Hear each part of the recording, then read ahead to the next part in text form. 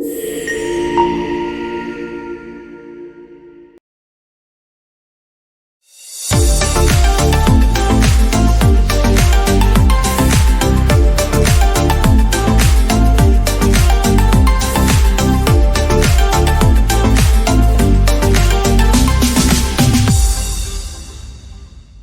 guys, welcome back to Be Talk, tempat di mana kita membahas berbagai hal menarik dan bermanfaat buat kalian semua. Aku Vika yang akan menemani kalian 15-20 menit ke depan. Dan untuk topik yang hari ini kita akan bahas itu menurut aku tuh penting banget, terutama buat kalian yang sedang menjalankan bisnis atau yang ingin memulai jualan online. Dan topik yang hari ini kita akan bahas yaitu gimana sih caranya membuat strategi pemasaran yang efektif di media sosial. Dan tentunya hari ini aku nggak sendirian, aku ditemani oleh Mbak Fafa. Halo teman-teman semuanya. Gimana nih kabarnya? Alhamdulillah baik sekali. Gimana Vika kabarnya? Alhamdulillah baik banget nih. Oke, boleh kali kenalan dulu kepada penonton dan pendengar episode Bersotak hari ini. Oke, halo teman-teman semuanya. Kenalin, aku Salva Aulia Swadesi, biasa dipanggil Fafa ya. Kalau misalnya dari teman-teman bursa ataupun teman-teman FEB juga gitu. Dan mungkin saat ini aku domisili di Purwokerto aja ya, karena kerja aku memang WFH ya, dari rumah aja gitu. Dan mungkin biasanya emang nomaden gitu ya, kadang di Purwokerto, kadang di Jakarta, kadang di Jogja dan lain sebagainya. Suka-suka aku aja sih sebenarnya gitu ya. Dan sekarang memang aku menjalani pekerjaanku sebagai social media enthusiast gitu. Oke, karena kita udah kenalan ya Mbak, boleh kali kita langsung aja masuk ke topik pembahasannya. Boleh banget. Aku kan sering banget ya Mbak kayak nge-scroll sosial media gitu. Dan di situ tuh aku nggak jarang, aku sering banget kayak ngeliat tuh konten promosi tuh lewat di timeline sosial media aku. Tapi itu kayak menurut aku mereka tuh asal posting aja, nggak ada strategi yang jelas. Nah, menurut Mbak Fafa sendiri, apa sih kesalahan terbesar atau kesalahan yang umum dilakukan oleh para usahawan yang ingin mulai jualan online? Oke.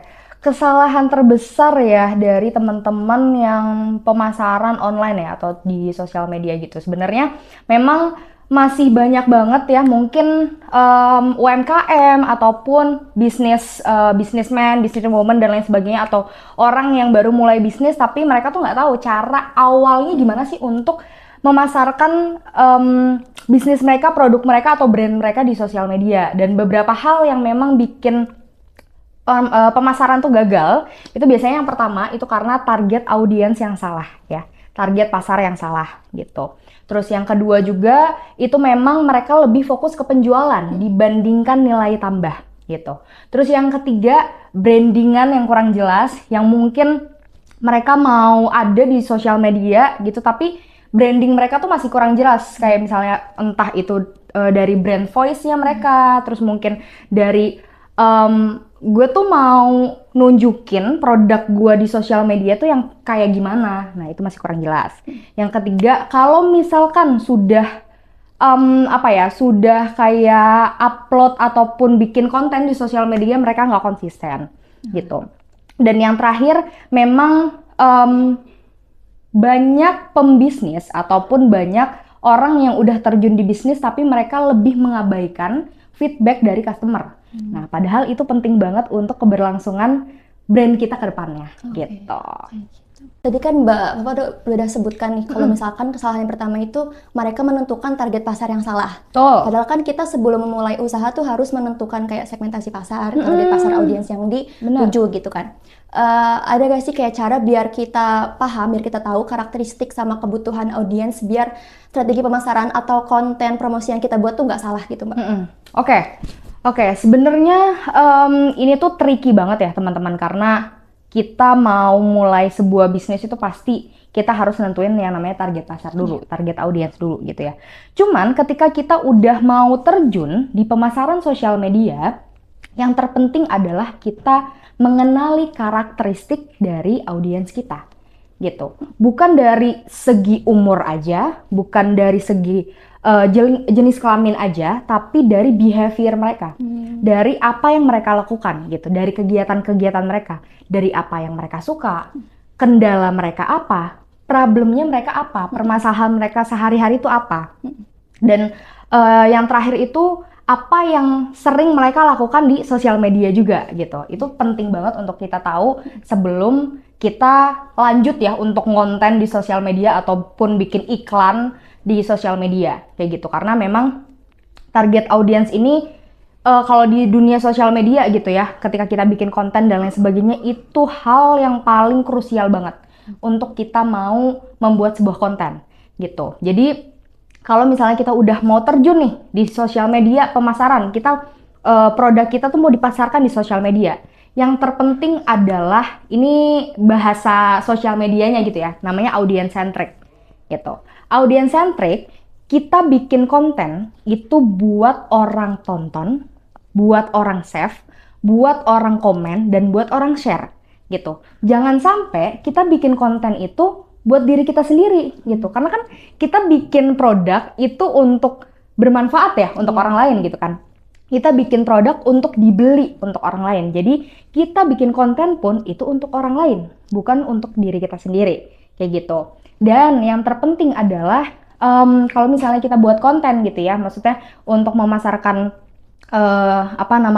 produk kita di sosial media itu memang kita benar-benar harus sebenarnya banyak banget turunannya sih. Mungkin nanti kita di next podcast kali ya, gitu kan kita bahas tentang ini juga karena memang turunan dari ketika kita udah breakdown tentang audiens, kita tuh harus tahu kapan mereka buka jam postingnya, kapan mereka berkegiatan di sosial media dan lain sebagainya. Itu banyak banget turunannya lah ibaratnya gitu ya. Dan selain kalau misalnya kita harus mengetahui ya tentang audience centric, sebelum kita sebelum kita mulai untuk konten, kita tuh harus ngerti dulu tentang dasarnya. Paling dasarnya adalah funnel marketing gitu.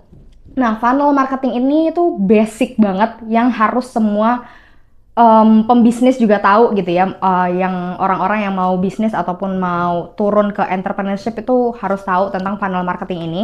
Mungkin yang terbasic adalah namanya mungkin teman-teman tahu juga AIDA. Jadi funnel marketing AIDA, awareness, interest, desire, sama action gitu. Dan konten itu adalah turunan terakhir dari funnel marketing yaitu awareness. Nah, kalau awareness-nya aja, kalau kontennya aja kita itu nggak bagus lah ibaratnya gitu ya, nggak nyampe ke audiens, ya kita nggak bakal sampai ke action gitu. Karena action itu adalah ketika orang beli produk kita gitu. Jadi kalau misalnya awareness-nya aja udah jelek, orang-orang nggak aware sama produk kita, ya gimana mau mereka action gitu. Berarti kalau misalkan kita kurang kenal nih sama kayak target pasar kita, audiens kita, maka kayak promosi sama pemasaran yang kita buat juga kayak sia-sia gitu ya, Iya, sia-sia banget, sia-sia banget. Karena memang ada yang namanya kalau misalnya nih orang-orang bikin konten tuh ya udah jualan aja nih, jualan terus tanpa kayak kita melibatkan behavior sama audiens gitu ya. Itu namanya egocentric, bukan audience centric. Jadi kita bikin konten buat diri kita sendiri, bukan buat audiens gitu. Oke Mbak, selanjutnya kan sekarang udah banyak platform tuh Mbak yang bisa digunakan sebagai media pemasaran. Udah kayak Instagram, TikTok, bahkan tuh sekarang katanya LinkedIn juga udah bisa digunakan gitu loh Mbak. Menurut Mbak sendiri tuh ada gak sih cara biar, kayak tips atau cara biar kita sebagai pemilik usaha bisa tahu mana nih platform yang paling tepat sebagai media pemasaran produk kita? Oke, platform ya. Kalau untuk platform sendiri sebenarnya juga tricky juga, karena sebenarnya platform ini itu menyesuaikan audiensnya juga teman-teman. Jadi kita nggak bisa untuk memasarkan semua produk kita itu di semua platform. Itu nggak bisa, karena itu nggak bakal jalan. Dan aku yakin banget 100% ketika kita fokus ke semua platform, itu hasilnya nihil sih, menurut aku ya. Gitu. Karena memang, jadi ada 3 hal yang perlu kita perhatikan sebelum memilih sebuah platform untuk memasarkan sebuah produk. Yang pertama, produk kita ini, brand kita ini produk atau layanan atau service gitu. Kita tuh dalam bentuk produk atau jasa nih. Itu yang pertama. Yang kedua, bisnis kita ini mau offline atau online gitu. Dan yang ketiga, bisnis kita tuh B2B atau B2C. Kalau B2B itu business to business yang memang biasanya itu dia lebih menjual kayak mungkin perangkat lunak ataupun barang-barang untuk perusahaan lain gitu. Misalnya contohnya tuh perusahaan Astra lah, misalnya gitu kan, dia kan jualan banyak tentang otomotif dan lain sebagainya gitu ya. Dan kalau B2C ya business to customer yang kita tahu ya, yang memang dari e-commerce dan lain sebagainya itu. Jadi 3 hal ini penting banget untuk kita identifikasi dalam memilih sebuah produk. Karena contohnya kayak gini, misalnya kita mau bikin bisnis fashion ataupun make up, nggak bisa dong kita promosinya di LinkedIn gitu kan. Nah, kita pasti kita cari behavior yang paling banyak orang-orang bikin konten ataupun mereka menceritakan permasalahan mereka tentang kulit dan lain sebagainya tuh di mana, di IG sama TikTok kayak gitu. Jadi memang harus disesuaiin banget. Cara mudahnya ya memang kita lihat dari scrolling sosial media memang ya. Jadi kita benar-benar lihat keseharian mereka, kegiatan mereka di masing-masing platform itu seperti apa. Karena memang karakteristik platform aja itu udah beda teman-teman ya. Jadi kayak misalnya kamu lihat LinkedIn kan orang-orangnya memang orang-orang yang pengusaha gitu ya. Terus juga mungkin mereka yang memang cari pekerjaan dan lain sebagainya yang profesional lah ya gitu kan. Kalau misalnya TikTok kebanyakan yang lucu-lucu, yang kocak-kocak dan lain sebagainya. Jadi memang harus disesuaikan sama karakteristik audiens yang kita udah pilih juga gitu. Balik lagi sebelumnya yang aku bilang kalau misalnya orang-orang tuh kadang gagal untuk memasarkan sebuah produk karena brandingannya nggak jelas gitu ya. Nah di sini branding itu penting banget karena awal kita membuat sebuah brand kita itu looknya mau kayak gimana sih? Brand kita tuh mau profesional kah?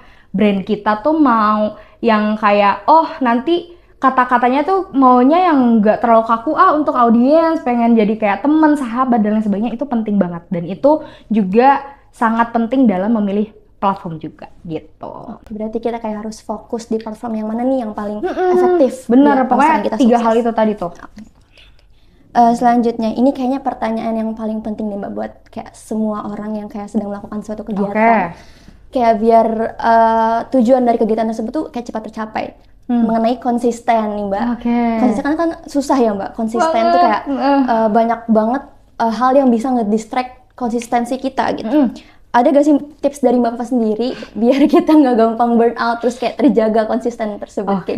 Berarti itu kayak tips untuk diriku sendiri juga ya teman-teman. Jadi memang ini mungkin ada tips yang buat diri sendiri juga, maksudnya buat kita ya personal kita atau buat misalnya sebuah brand gitu ya atau kita ada punya bisnis. Nah kalau buat diri sendiri sih sebenarnya jangan terlalu ngoyo ya buat kerja gitu ya karena mungkin kita kan emang tujuan akhir kan cuan dan cuan gitu ya teman-teman. Jadi memang kalau misalkan aku selalu berpikir ya rezeki itu pasti nggak kemana gitu ya. Dan aku tuh biasanya kalau aku lagi burn out itu tuh memang karena aku kebanyakan kerja gitu. Kebanyakan stres, kebanyakan pikiran dan lain sebagainya gitu. Aku yakin teman-teman di sini juga dulu aku yang organisasi dan lain sebagainya untuk ngurus organisasi ya walaupun kita volunteer aja ya teman-teman, nggak ada bayaran sama sekali tapi pasti adalah titik burnoutnya kita kalau misalnya kita benar-benar lagi banyak banget hal yang kita pegang gitu.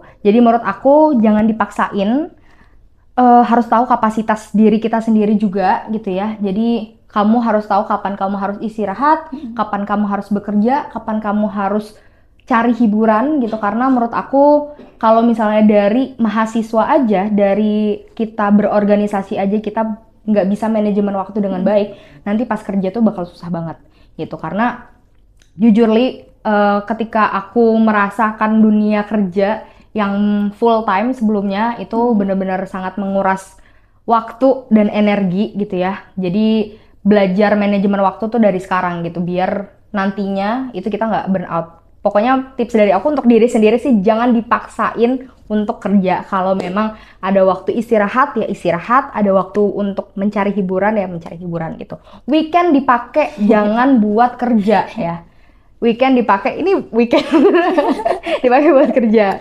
Nah weekend dipakai buat cari hiburan, healing dan lain sebagainya. Healing nggak usah kemana-mana sih. Nonton TV atau nonton film di bioskop dan lain sebagainya kayak gitu. Tidur juga bisa Mbak. Tidur, nah itu penting banget sih gitu. Terus kalau misalnya untuk brand atau misalnya kita bisnis dan lain sebagainya itu delegasiin sebuah tugas ke maksudnya ke partner kita ya. Maksudnya jangan semua hal tuh kita kerjain sendiri gitu. Jadi memang ketika kita bisnis dan lain sebagainya perlu banget kita perlu punya partner 1-2 lah at least gitu ya untuk ngebantu kita juga. Dan untuk konsistensi juga itu sebenarnya komitmen dari awal gitu. Aku pun sekarang ketika aku sekarang ngonten juga gitu ya di platform aku sendiri gitu, cuman memang tidak konsisten ya teman-teman karena memang komitmennya belum kuat banget. Jadi kalau misalnya untuk konsisten misalnya ngonten atau konsisten bisnis kita dan lain sebagainya itu harus punya niat sama komitmen di awal yang bener-bener apa ya, motivasinya tuh harus kuat banget gitu. Jadi jangan sampai ketika kita bikin komitmen di awal tapi kita melanggar hal tersebut gitu sih. Selanjutnya mengenai iklan ya Mbak, kayak pemasaran. Kalau misalkan pemasaran kita pengen cepat luas, terus kayak jangkauan produk kita lebih luas kayak gitu kan, banyak yang bilang kalau misalkan harus menggunakan iklan berbayar gitu. Nah menurut Mbak Fafa itu emang harus banget nih pakai iklan berbayar atau nggak perlu-perlu banget gitu Mbak? Gimana? Oke, iklan sebenarnya menurut aku iklan tuh di sosial media cuman pelengkap sih, gitu. Penting untuk kita iklan tapi nanti aja kalau misalnya memang bisnisnya udah berjalan lancar, gitu. Kita nggak bisa ketika di awal banget nih kita baru bikin nih sosial media untuk brand bisnis kita langsung pakai iklan, rusak udah audiens kita, gitu. Karena iklan itu bakal jelas, bakal sampai ke targetnya kalau kita aja udah bener-bener udah tahu target kita apa gitu, target pasar kita apa, target audiens kita apa, strategi konten kita apa. Karena strategi konten itu menurut aku tuh iklan tuh mengikuti gitu. Jadi harus strategi konten organik dulu, udah lancar nih di sosial medianya dan lain sebagainya, awareness-nya. Nah, baru iklan tuh pelengkap untuk memperluas jangkauannya. Kayak gitu. Jadi jangan sampai kita ketergantungan sama iklan. Karena ada beberapa brand yang aku pegang gitu ya. Di awal itu mereka ngulang lagi nih brandingannya.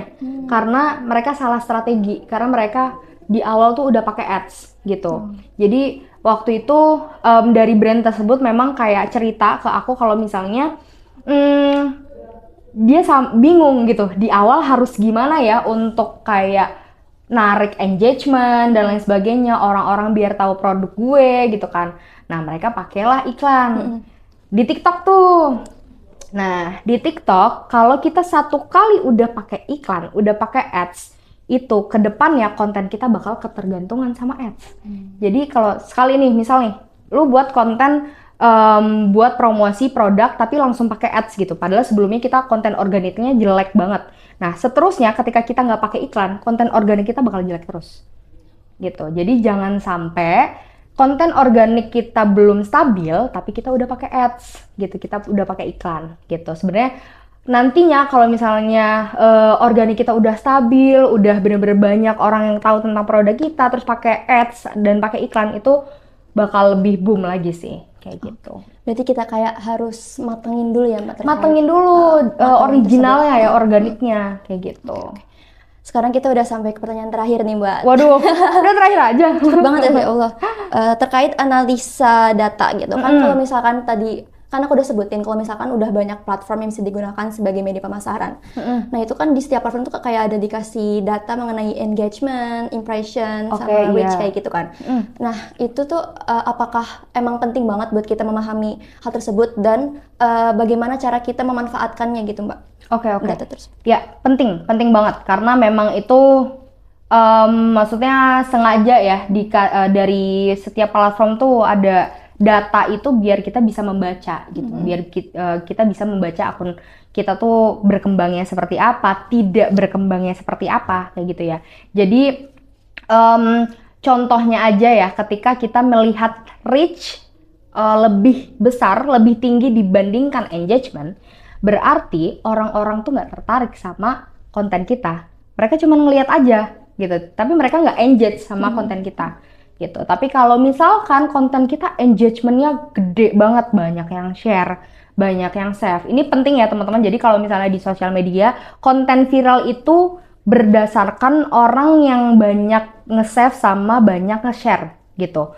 Percuma kalau misalnya konten kita reach-nya tinggi, komennya banyak, tapi share sama save-nya itu nggak banyak, itu berarti akun kita atau enggak konten kita tuh nggak relate sama audiens gitu. Jadi kalau bisa ya bikin konten ya harus relate dengan behaviornya audiens gitu. Bikin konten yang bisa jadi pahlawan buat audiens juga gitu. Jadi kalau misalnya impression dan lain sebagainya itu penting banget buat kita evaluasi. Itu tuh bagaikan peta strategi buat kita sebenarnya gitu. Jadi data-data yang udah disediain sama semua platform itu benar-benar menjadi petanya kita untuk kita tahu tentang perkembangan sosial medianya kita, perkembangan tentang akun kita, ataupun kalau misalnya kita pakai ads kan juga ada gitu kan. Jadi ada persenannya, misalnya ads-nya berapa persen, terus organiknya berapa persen dan lain sebagainya, terus non-followers ataupun followers. Jadi ketika kita tahu non-followersnya itu lebih banyak dibandingkan followers, berarti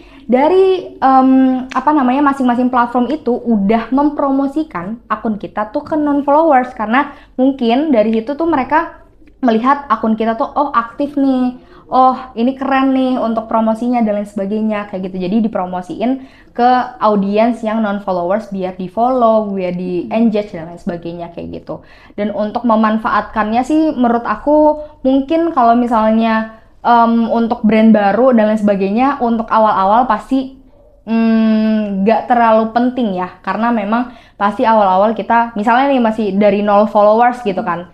Jadi perkembangan dari ngelihat data itu mungkin belum terlalu jadi peta banget lah buat kita. Cuman dari situ kita bisa benar-benar ngelihat dari segi audiensnya sih. Maksudnya dari satu konten aja kita bisa ngelihat audiens ini tuh kebanyakan dari umur berapa dan lain sebagainya. Terus mungkin ini juga tips juga buat teman-teman kalau misalnya mau baru punya brandingan baru lah untuk diri sendiri ataupun brand bisnis ya gitu. Jadi kalau baru mulai di sosial media, buang 15 sampah ke sosial media. Artinya buang 15 konten ke sosial media kita, yang platform yang udah kita pilih ya. Jadi kalau misalnya menurut aku platform yang udah kita pilih itu fokus pertama kali itu ke satu platform aja. IG ya udah IG aja gitu. Kalau mau sama TikTok di mirroring kontennya gitu. Nah, di IG ini kita buang 15 konten sampah, bukan konten sampah ya, buang sampah atau gimana ya. Jadi 15 konten yang mungkin kita udah nentuin nih sebelumnya target audiensnya, niche-nya apa, tema kontennya apa, pilarnya seperti apa gitu kan. Kalau pilar konten tuh kayak, pilar konten kita education, entertain atau apa nih gitu. Nah, 15 konten ini kita buang ke sosial media. Kita lihat dalam 15 konten itu mana konten yang viral, mana konten yang engagementnya tinggi, mana konten yang lebih banyak non-followers dibandingkan followers.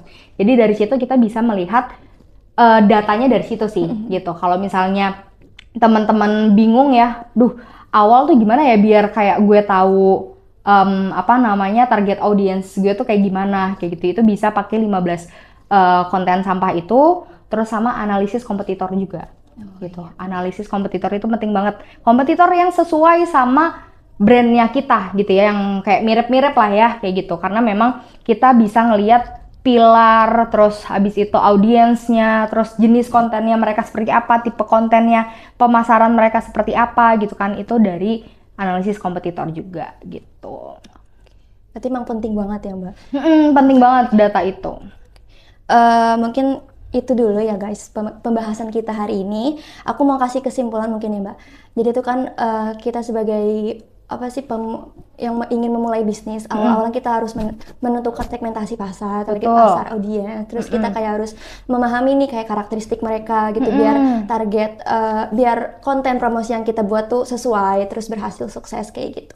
Terus juga memahami terkait data kayak engagement, impression, reach, agar kita tahu nih juga platform mana yang paling tepat buat tipe konten promosi kita kayak gitu. Betul. Ya Mbak. Oke guys, itu dia tadi obrolan seru kita bareng Mbak Fafa terkait gimana caranya membuat strategi pemasaran yang efektif di media sosial. Semoga apa yang kita bahas tadi bermanfaat bagi kalian yang sedang ingin memulai atau yang sudah lama berkecimpung di dunia digital marketing. Oke, terakhir banget Mbak, aku meminta Mbak kasih closing statement kepada para penonton dan pendengar di luar sana, mungkin berupa motivasi atau saran nih Mbak. Oke. Oke, sebenarnya tadi yang aku sampaikan itu benar-benar masih di kulit aja teman-teman, benar-benar kulit banget gitu. Jadi mungkin nanti next kita bisa membahas lagi gitu ya, gitu kan, senggol lagi gitu, bahas lebih lagi tentang konten strategi karena memang konten pemasaran itu, maksudnya pemasaran di sosial media itu tricky banget ya, gitu. Jadi mungkin beberapa hal yang bisa teman-teman identifikasi itu ada 6. Itu yang pertama, siapa target audiens kita ya, terus di mana target audiens kita biasanya berkegiatan gitu ya di sosial media, terus kapan waktunya biasanya mereka itu scroll sosmed dan lain sebagainya, terus juga kapan, di mana, bagaimana kita menidentifikasi dari beberapa tadi itu siapa, di mana, kapan gitu ya. Terus apalagi ya, 5W1H tuh apalagi ya? Kalau gue jadi lupa ya, 5W1H di mana, kapan, bagaimana, terus Eh, apalagi aku juga lupa. aku juga lupa. Pokoknya itulah ya, 5W1H itu tentang audiens tuh di breakdown lagi ya teman-teman. Aku jadi agak lupa gitu kan.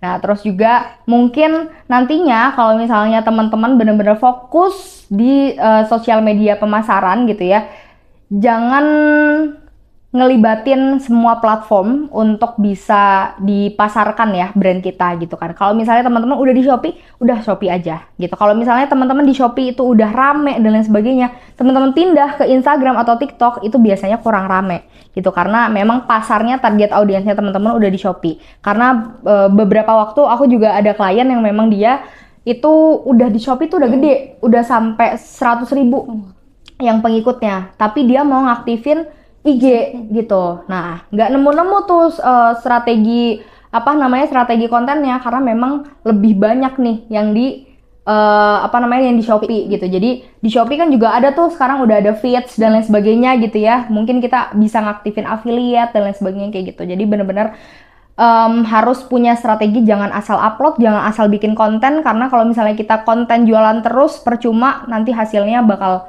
nihil dan nggak ada omsetnya juga sih menurut aku. Kayak gitu. Itu makasih ya Mbak, terkait kayak banyak banget insight nih yang aku dapetin dari Mbak Papa sendiri. Oke, jangan lupa buat follow podcast ini di platform kesayangan kalian, like, share, dan kasih rating yang bagus biar kita bisa terus kasih konten yang menarik dan bermanfaat buat kalian semua. Kalau misalkan ada topik lain yang ingin kalian bahas bareng kita, boleh banget langsung komen atau DM. Thank you for listening. And sampai ketemu di episode berikutnya. Stay creative and keep hustling. Bye! Bye-bye!